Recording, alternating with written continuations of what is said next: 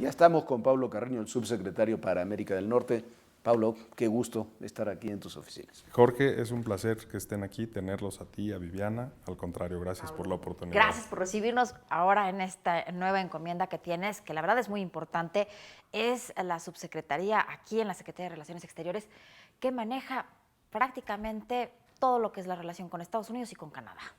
Así es, Viviana, es una invitación con la que me distinguió el presidente de la República, la canciller Claudia Ruiz Massieu, que mucho me honra, pero sobre todo me compromete, porque como mencionas es la región de Norteamérica, México, Estados Unidos, Canadá, la región probablemente con mayor proyección económica, proyección política, social en el mundo en el que estamos y con una gran oportunidad justamente de consolidar esta región entre los líderes de los tres países y colocarla en un concierto de naciones donde la competencia cada vez más es entre regiones, cada vez menos es entre países. A ver, Pablo, cuando sale tu designación junto con la propuesta del nuevo embajador Carlos Sada para Washington, se habla de redefinir las estrategias y el trabajo en Estados Unidos y en América del Norte también en general.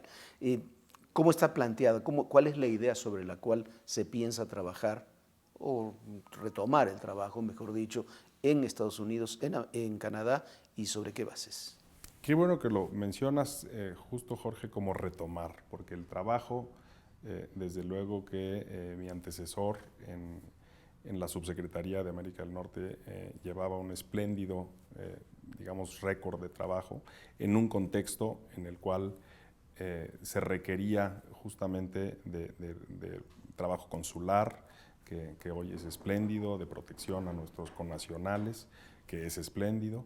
Y ahora justamente lo que encontramos es la necesidad, y esta es una necesidad que encuentra el gobierno de la República, el presidente de la República, Enrique Peña, y la canciller, Claudia Ruiz Massieu, justamente frente a una nueva realidad, vamos a ponerlo así, donde la percepción de México se ha venido deteriorando desde hace algunos años y donde ya incluso puede tener efectos más adelante, digamos, negativos para nuestros connacionales, para México también y para la propia relación bilateral, toman la decisión de cambiar, probablemente es de los cambios más ambiciosos que ha habido al mismo tiempo, 26 posiciones consulares de una red de 49, es decir, más de la mitad, el encargado de América del Norte y nuestro propio embajador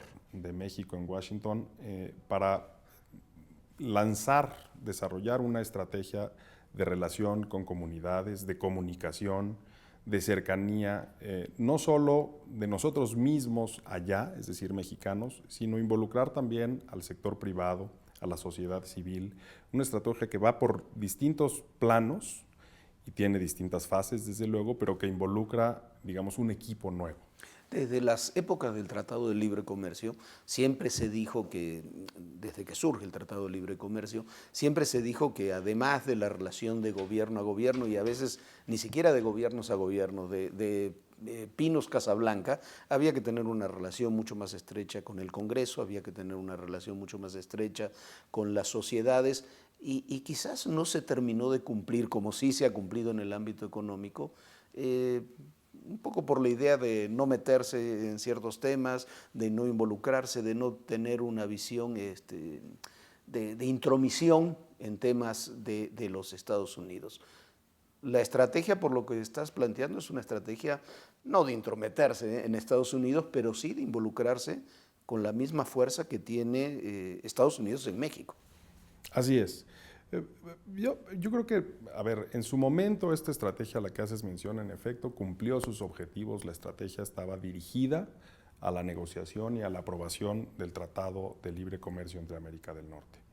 El tema es que, desde luego, digamos, en este momento no tenemos un objetivo tan claramente definido como la firma de un tratado, aunque desde luego hay interés por explorar otras formas de relación con Estados Unidos. El tema hoy es que tenemos una relación cercanísima, de gran interdependencia económica, es nuestro socio comercial más importante, Estados Unidos. Nosotros somos el número 2 de ellos, bajo distintas métricas. Tenemos una, digamos, interrelación cultural entre las sociedades norteamericana, la mexicana, la mexicoamericana. En la parte social, muchas ligas entre nosotros. Es decir, es difícil cada vez más, y eso es una muy buena noticia para los dos países, dónde empieza en realidad uno y dónde termina el otro. Hay una cosa, no obstante, que nos ha quedado muy claro a las dos naciones en este sentido. Mientras más juntos hemos trabajado, mejores resultados tenemos en todos los rubros. Seguridad, comercio, cultura, social, y es justamente a donde va dirigida esta estrategia. Desde luego, y lo mencionas con enorme tino, no se trata de meternos ni al proceso electoral, ni al proceso de selección política, ni a los procesos democráticos que tienen ellos, digamos, ni con ellos ni con ningún otro país, pero sí se trata de generar mejores condiciones para nuestros connacionales, para esta diáspora que está mexicana, que está en Estados Unidos y que tiene derechos, que se ha ido ganando, que ha contribuido significativamente a la economía, a la sociedad en general norteamericana, y que en ese sentido una mala imagen, una imagen construida con base a estereotipos negativos, pues puede poner en riesgo esos derechos, Ahora, me queda esas claro conquistas. que en parte de lo que estás hablando tú, de que podría poner en riesgo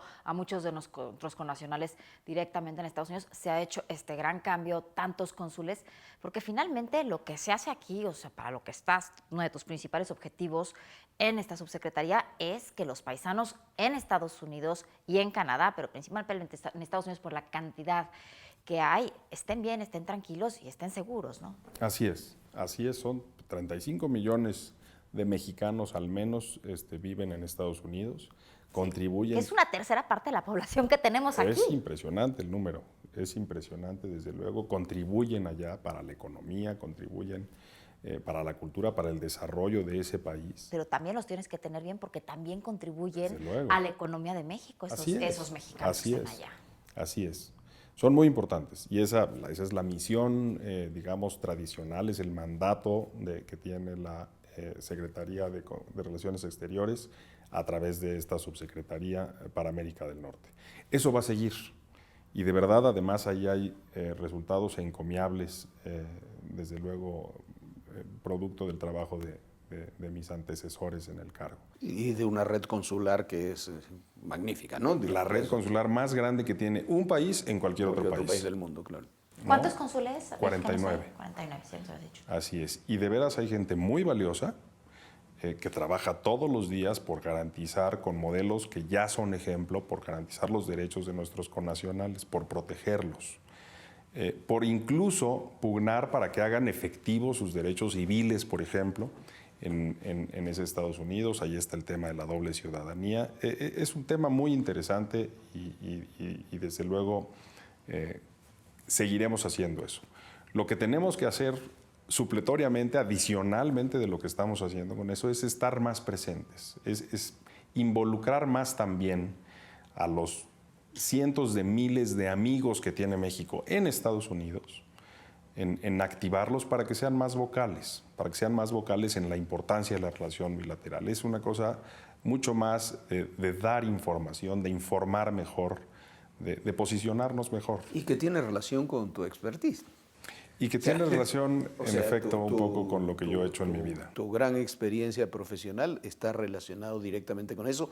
Vienes de la Presidencia de la República, en forma mucho más parcial, de trabajar también eso. Así es, Jorge. De hecho, ese es un poco el mandato del presidente de la República, llevar la experiencia exitosa que tuvimos en la parte de marca país a la Secretaría de Relaciones Exteriores, en este caso a la Subsecretaría para América del Norte, para tener una mejor imagen. Y no solo no es una cosa de imagen, de vernos mejor, sino que frente a las tentaciones, que por cierto siempre ha habido y siempre habrá, de escoger culpables, pues nos escojan en último lugar o no nos escojan mejor.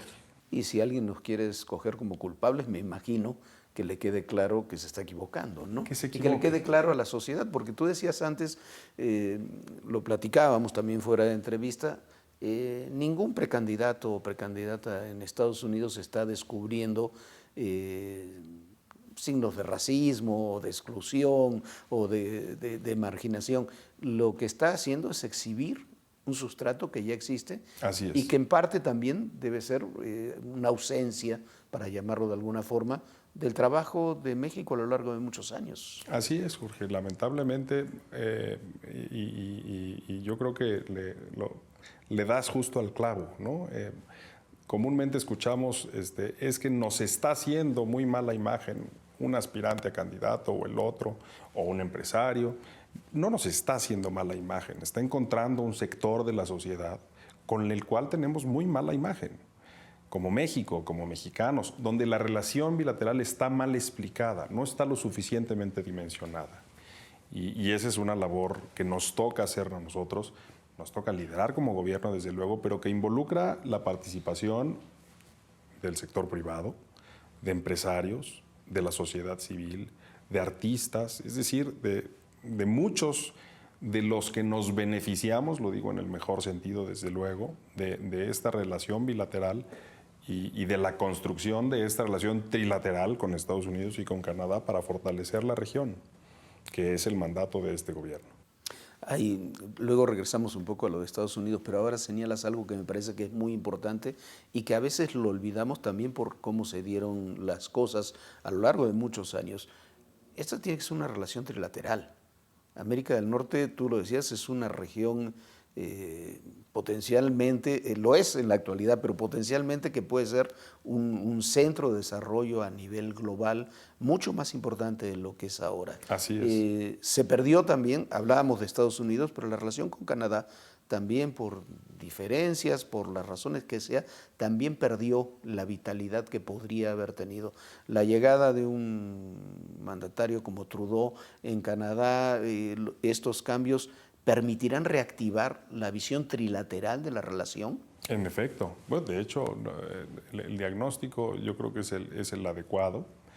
Y el punto es dónde estamos ahorita, ¿no? El primer ministro Trudeau ha establecido una extraordinaria relación con el presidente Enrique Peña Nieto. Bueno, incluso, Pablo, han hablado ya entre ellos de eliminar esta visa a los turistas mexicanos en Canadá, ¿no? Eso fue una instrucción que ya incluso giró el primer ministro Trudeau a su gabinete. Está en marcha, desde luego es una cosa compleja que puede tomar un poco más de tiempo, pero esa es una de las expresiones nada más, querida Viviana, que en efecto tiene esta nueva relación.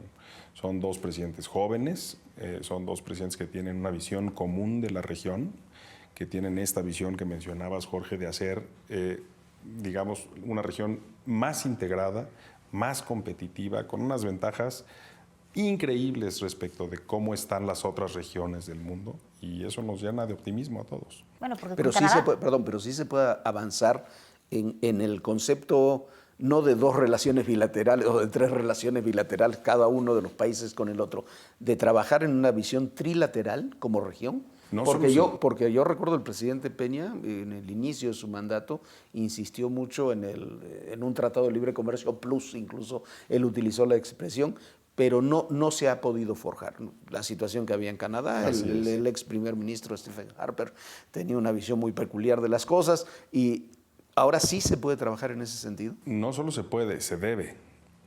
Y en términos de las posibilidades que hay, desde luego que las hay.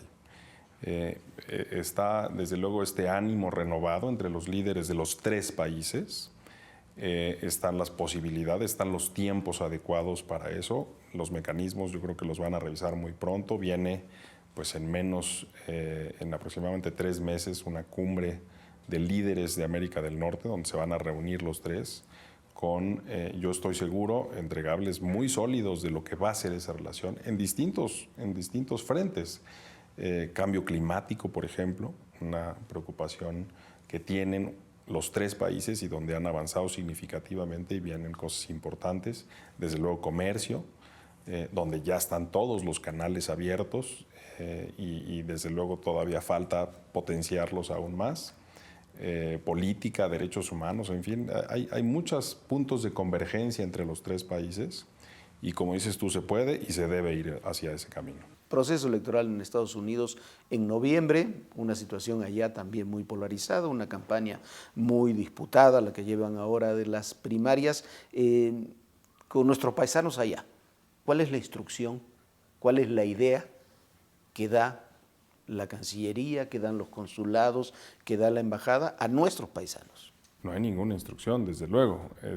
Participar, no participar. Para el proceso electoral. No digo nada. de votar, ciudadanizarse, no ciudadanizarse, tener sus papeles en regla, no tener sus papeles en regla. Son dos cosas distintas. Sí. Digamos, el proceso de ciudadanización y doble ciudadanía, etcétera, es uno de los tantos, digamos, servicios consulares que damos a los connacionales que ya tienen y ya adquirieron la ciudadanía, y es auxiliarlos un poco en el proceso de cómo adquirir la doble ciudadanía, para que sigan teniendo la mexicana. Nuestro interés ahí no tiene nada que ver con el proceso electoral de Estados Unidos. Es que no pierdes una ciudadanía, si tienes ya la mexicana y tienes y buscas la ciudadanía norteamericana, no se pierde. Pero hay que ayudarles, hay que informarles, también, porque mucha gente piensa que sí la pierde. Y desde luego lo que les interesa es la que tienen ahí. Entonces, en primer lugar es informarles para que puedan ejercer sus derechos. Lo mismo, a lo mejor votar, que sacar una licencia de conducir o un acta de matrimonio, o en fin, es el tipo de asesoría consular que damos. Y hasta ahí nos quedamos. La parte que nos interesa más de la doble ciudadanía es que en efecto sigan siendo mexicanos. No pierdan sus raíces, sigan hablando español. Pero como bien dices tú, tienes muchos privilegios, por más que te conviertas en norteamericano, porque efectivamente si vives allá lo que quieres es poder trabajar, poder tener acceso a los servicios, pero como bien dices tú, no pierdes muchísimas cosas que tienes aquí en México. Como bien dices tú, a ver, tienes algún problema como mexicano que tengas la doble ciudadanía, puedes acudir al consulado y ahí te lo resuelven. Así es, no queremos que pierdan nada. Queremos que conserven lo mejor de los dos mundos, que tengan sus derechos civiles, porque además pagan impuestos y tienen derecho y los tienen que hacer valer, pero sin perder el contacto con México, con sus raíces, con su cultura. Porque se da mucho, Paulo, cuando la gente está allá, como que de repente se quiere mimetizar y volverse más a la cultura norteamericana, y los hijos de estas personas, ya ni de los mexicanos que se van allá, ya ni siquiera quieren hablar español.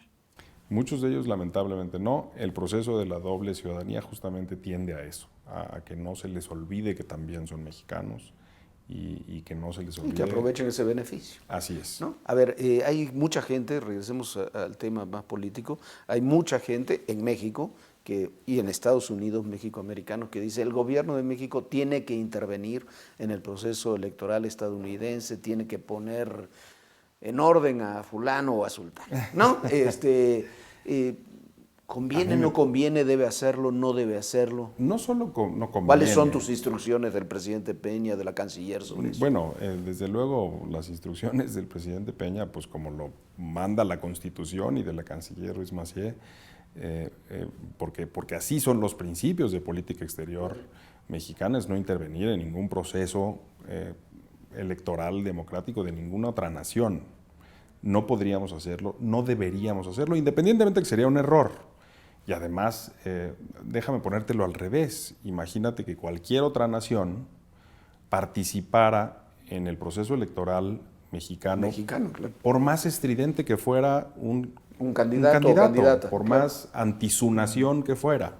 Sería un escándalo, y sería justamente un escándalo. Entonces, el gobierno mexicano no va a intervenir de forma alguna en el proceso electoral con ningún candidato. No obstante, vamos a actuar, y vamos a actuar con energía, y vamos a actuar, y esa es la instrucción del presidente de la República, o de la canciller Ruiz Massieu, vamos a actuar con fuerza, con energía, vamos a despertar muchas de nuestras relaciones que tenemos con la sociedad civil norteamericana, con nuestros connacionales, desde luego, ejemplos muchos ellos en todos los rubros, en todos los planos, con empresarios, con medios de comunicación. La idea es eso, es simplemente cambiar la narrativa que, derivado del proceso electoral en Estados Unidos, nos ha mostrado digamos, un foco amarillo. Que ese es el punto, nos ha mostrado. El proceso electoral, lo platicábamos hace un momento, pero yo creo que hay que insistir en esa idea. No es que el proceso electoral de Estados Unidos ha generado focos amarillos en la relación o en la situación de México con los Estados Unidos, ha exhibido los problemas que teníamos. Así es. Y en ese camino creo que es buena parte de lo que hay que trabajar, no solamente en lo económico, que es lo que se ha trabajado en la relación con Estados Unidos, sino en lo social, lo cultural, lo político y los medios de comunicación, ¿no? Totalmente de acuerdo. Ese es el tema. Y ese es el objetivo y eso es justamente lo que vamos a hacer. Y vamos a involucrar desde luego a distintas dependencias del gobierno federal, vamos a involucrar desde luego al legislativo, que se ha mostrado también, digamos, muy proactivo en el tema, a distintos estados, municipios, pues que tienen mucho que ver en esta relación. A ver, una última pregunta, ya no nos queda casi tiempo.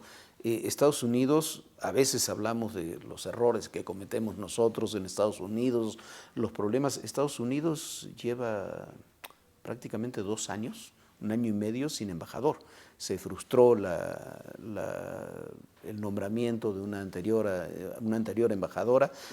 Lo de Roberta Jacobson lleva congelado en el Senado de Estados Unidos meses. ¿Cómo se percibe eso? Bueno, yo creo que eso justamente cae en el rubro de la política interna de Estados Unidos. Yo aquí sí. ¿Afecta o no afecta la relación que no haya un embajador? Mira, afortunadamente. Hay en funciones, pero no designado.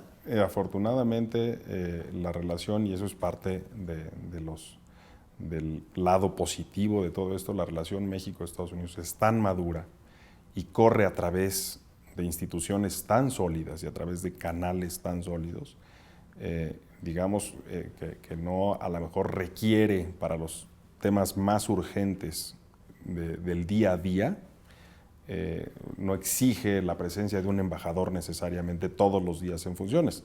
Desde luego nosotros nos encantaría tener ya un embajador. Confiamos además que el proceso que está siguiendo el gobierno estadounidense para nombrar y finalmente pues que sea aprobado por el Senado su nombramiento, va a concluir satisfactoriamente y esperamos muy pronto, y seguramente eso simplemente va a sumar en tener una relación todavía más cercana.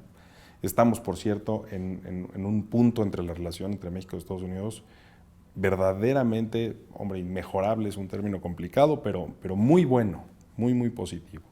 Tener muy pronto en su lugar a la propuesta de embajador que ha hecho el gobierno norteamericano, aprobado por el Senado, va a sumar y va a coadyuvar a mejorar aún más esta relación. Pablo Carreño, muchísimas gracias por esta entrevista. Muchas gracias, Viviana. Muchas gracias, querido Jorge. Gracias a ti. Bienvenidos.